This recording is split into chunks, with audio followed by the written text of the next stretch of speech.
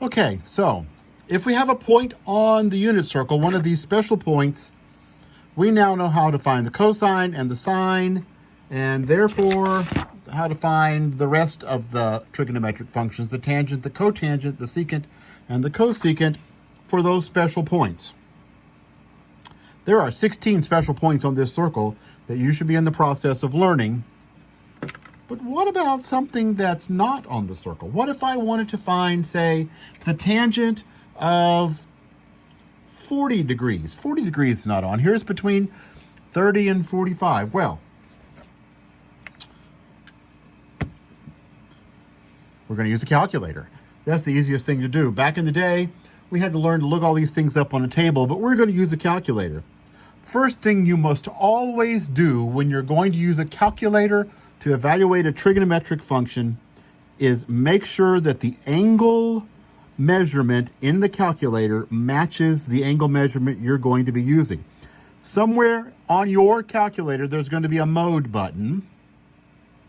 If you look at, I just clicked the mode button on my calculator, and here it says radians and degrees. I've got to decide which one I am measuring in. I said I wanted to find, say, the tangent of 40 degrees. I'm going to put my calculator in, down, over, into degrees.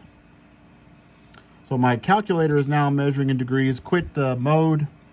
Now I can find the tangent. I'm just going to hit tangent of 40. And it's going to give me a decimal approximation, 0.839099, something like that. So notice, let me say, what if, therefore, I had a circle, the unit circle, let's say, and this was 40 degrees.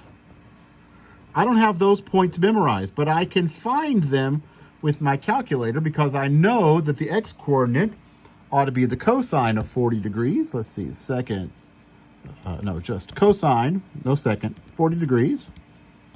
0.766, I'll just round it to that. And the y value ought to be the sine, so sine of 40. 0.643, let's say. We're rounding those, obviously. And I could find the sine and the cosine, therefore I could find all the other functions for 40 degrees. Now, normally you just use your calculator, right? You find the tangent of 40. My calculator doesn't have a secant button.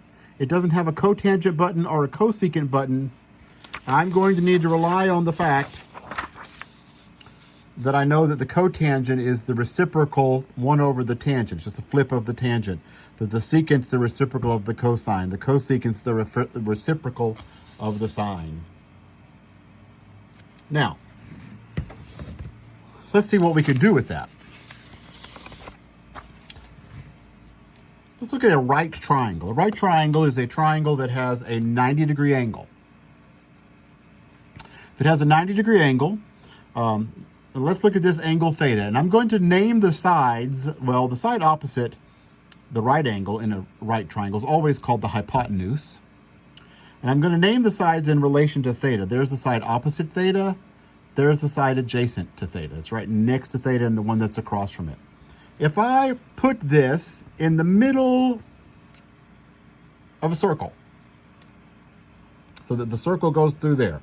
Let's see, and finish drawing the circle. I'm not doing a very good job, but some sort of circle like that. Well, the hypotenuse is going to match the radius.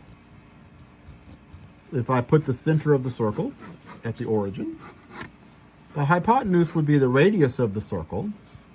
And then how far over do I go? That's the adjacent side. And how far up do I go? That's the opposite side.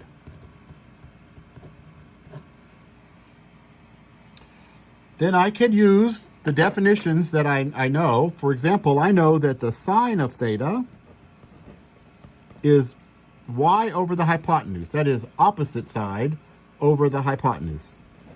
The y value was the opposite side over the hypotenuse.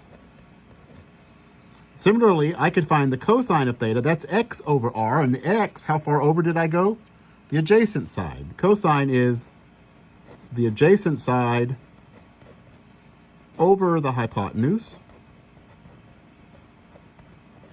And the tangent, well, it's y over x. It's the opposite side over the adjacent side. More about this in the next video.